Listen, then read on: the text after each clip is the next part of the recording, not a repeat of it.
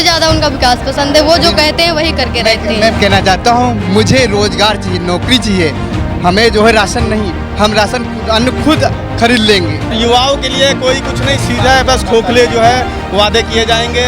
Samajwadi party और India गठबंधन को जिताने के लिए अखिलेश यादव लगातार ताबड़तोड़ रैलियां कर रहे हैं। इसी के क्रम में आज वो यहां पर उन्नाव पहुंचे हैं। उन्नाव में उन्होंने समाजवादी पार्टी के प्रत्याशी अन्नू टंडन के पक्ष में जमकर वोट मांगे, वहीं भारतीय जनता पार्टी पर तमाम आरोप लगाए हैं। अखिलेश यादव जब यहाँ पहुंचे उससे पहले यहाँ पर कई हजार की संख्या में भीड़ यहाँ मौजूद थी। सुबह से तमाम समर्थक इंतजार कर रहे थे। उनके कुछ समर्थक इस वक्त हमारे साथ हैं, उनसे बात करेंगे कि इस बार माहौल क्या होने जा रहा। बड़ी देर से इंतजार कर रहे थे, अखिलेश यादव आए, क्या माहौल लग रहा है यहाँ? अच्छा माहौल लग रहा है कि अखिलेश भैया जीत जाए तो कितना अच्छा होगा और सभी किसानों की कार्य आगे बढ़ेगा। हम गंज मुरादाबाद ब्लॉक प्रमुख किसान यूनियन अध्यक्ष हूँ। मतलब अखिलेश ने जो बात कही वो समर्थन। बेटा आप यहाँ पर हैं, अखिलेश जी कह रहे थे कि भारतीय जनता पार्टी ने जो समाजवादी पार्टी ने लैपटॉप दिया था उसको छोटा कर दिया, आपको लैपटॉप मिला था? जी सर, अभी नहीं मिला है मेरे को। फिर भी अखिलेश यादव की रैली में जी पसंद है। क्यों, क्या कारण? अखिलेश की सरकार में मिला था ना। आप बताइए क्या पसंद है आपको? जब अखिलेश भैया की सरकार थी तब मिला था, लेकिन अभी नहीं मिला है। अच्छा, नहीं है अखिलेश में पसंद क्या आता है सबसे ज्यादा? सुबह से आप लोग इंतजार कर रहे थे, वो कह रहे थे महिलाएं बेटियां ज्यादा देर किसी का इंतजार नहीं करती हैं।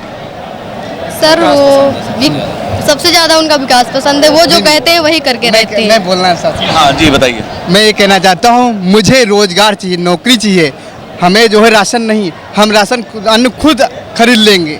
और इससे अखिलेश जी ने भी तो कहा है कि आटा और डाटा वो देंगे, तो क्या वो वाला नहीं लेंगे क्या?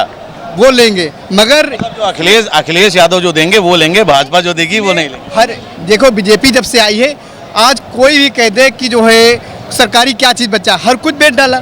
इसमें हम ये सत्य कहना चाहता हूँ, कह रहा हूँ कि अगर अब की बीजेपी जीत गई तो ये सरकारी स्कूल जो खेती बची ये भी छिन जाएगी। मैं वादे के साथ कह रहा हूँ। और पहली बात तो मैं ये कहना चाहता हूँ बाबा जी से, जो सांसद इस समय है, पहले तो घंटा बजा भी लेते थे, अब तो घंटी बजाने लायक नहीं। 5 लाख वोटों से विजयी होगी अन्नू टंडन हमारी। तो आप कुछ कहना चाह रही थी, क्या है क्या? अच्छा, सुबह से इंतजार कर रही थी, अखिलेश यादव आए, कैसा लगा?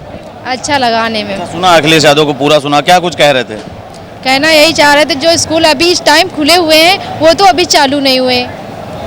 यही कहना चाह रहे हैं कि जो बच्चों की पढ़ाई नहीं हो पा रही, उन्होंने मेहनत कर करके पेपर दिए थे और मोदी जी ने लीक कर दिए। अखिलेश जी यहाँ पर कह गए, वो उससे सहमत हैं? 50 रुपये भी जी, पड़ जी, गया बिल्कुल। उसका जो है कोई, और मेहनत की वो भी लोगों से अधिक परीक्षाएं रद्द हो चुकी हैं।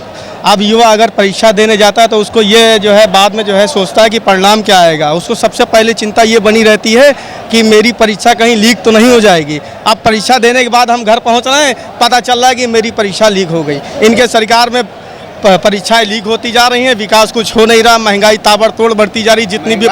जितनी भी सरकारी संस्थाएं हैं सब प्राइवेटाइजेशन होता जा रहा है, या तो बेचे जा रहे हैं। और युवाओं के लिए कोई कुछ नहीं, सीधा है बस खोखले जो है वादे किए जाएंगे। 2 करोड़ रोजगार हवाई, कहीं रोजगार का पता नहीं।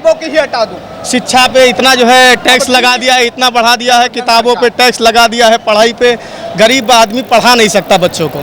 इतना ज़्यादा शिक्षा के स्तर जो है महंगा कर दिया है और दिन पर दिन गिरता चला जा रहा है। गृहिणी हैं आप और महंगाई की एक बड़ी बात आ रही है, तो भाई साहब कह रहे हैं महंगाई है, आप गृहिणी हैं, कैसे घर चला रही हैं? अब ये तो हम ही लोग जानते हैं, घर चलाना तो बड़ी किसी तरह आदमी चला लेता, लेकिन जो बच्चों के साथ अत्याचार हो रहा, हमारी बहनों के साथ अत्याचार हो रहा, हमारी माँओं के साथ अत्याचार हो रहा, सबसे पहले तो हमें उसे रोकना है।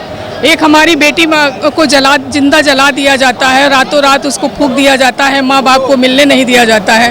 राशन तो आदमी किसी तरह इकट्ठा कर लेगा, वो बेटी कहाँ से लाएगा जिस बेटी को दफन कर दिया जाता है। तो हमें तो सबसे पहले अपनी महिलाओं के लिए, अगर शिक्षा रोजगार सब कुछ खत्म होता चला जाएगा तो हमारे बच्चे कभी आगे नहीं बढ़ पाएंगे। आज के 50 साल पहले जो गुलामी में जकड़े हुए थे उसी गुलामी में जकड़ जाएंगे। गुलामी में जकड़ जाएंगे। आप कांग्रेस के लग रहे हैं, बढ़िया पटका उटका डाले, पूरी तैयारी किए हैं। अखिलेश जी का इंतजार कर रहे थे, आए अखिलेश जी, गठबंधन को जिताने के कह गए हैं। क्या लगता है कितना मजबूत चुनाव है उन्नाव का? देखिए, पहले तो आपको उन्नाव भर्ती का स्वागत है। सच है कि भारतीय जनता पार्टी ने 10 साल जुमलों के साथ जो सरकार चलाई है, उत्तर प्रदेश में उस जुमले का असर पूरी तरह से समाप्ति की ओर है। आप देख रहे हैं लगातार युवाओं के साथ जो खिलवाड़ करने का काम भारतीय जनता पार्टी ने किया है। पेपर लीक जैसे मुद्दे, आज Bharatiya Janata party double engine की सरकार को कही जाती है, वहाँ अगर पेपर लीक हो रहा है तो कहीं ना कहीं भारतीय जनता पार्टी की नीयत में खोट है। सबसे बड़ी बात तो ये है। दूसरी बात महंगाई, भ्रष्टाचार और हमारा सबसे बड़ा जो है लोकतंत्र संविधान खतरे में है। वास्तव में मोदी जी के बाद उत्तर प्रदेश या देश को कोई दूसरा प्रधानमंत्री मिलने वाला नहीं है, क्योंकि जो घमंड है मोदी जी के अंदर, जो ईगो है, वो साफ दिखाई दे रहा है कि संविधान खतरे में है। इसके बाद मोदी के बाद जैसे एक बार गांधी जी हुए, वैसे मोदी के बाद ये अपने आप को जी आप बहुत दूर चले गए, उन्नाव वाली कुछ बातों पर आइए। उन्नाव वाला बताइए। उन्नाव अखिलेश जी आए थे, अखिलेश जी भी राष्ट्रवादी नेता हैं, लेकिन उन्नाव की बात कर रहे थे।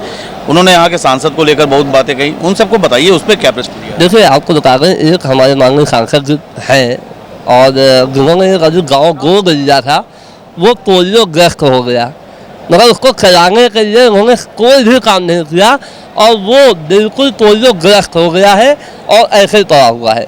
गड्ढे अगर बात करें तो गड्ढे आखिरी है, मांस फैक्ट्रियाँ आखिरी संचालित है। जो भारतीय जनता पार्टी का एजेंडा था कि हम हर जगह से मांस फैक्ट्री हटा देंगे, उसमें भी नाकाम रहे।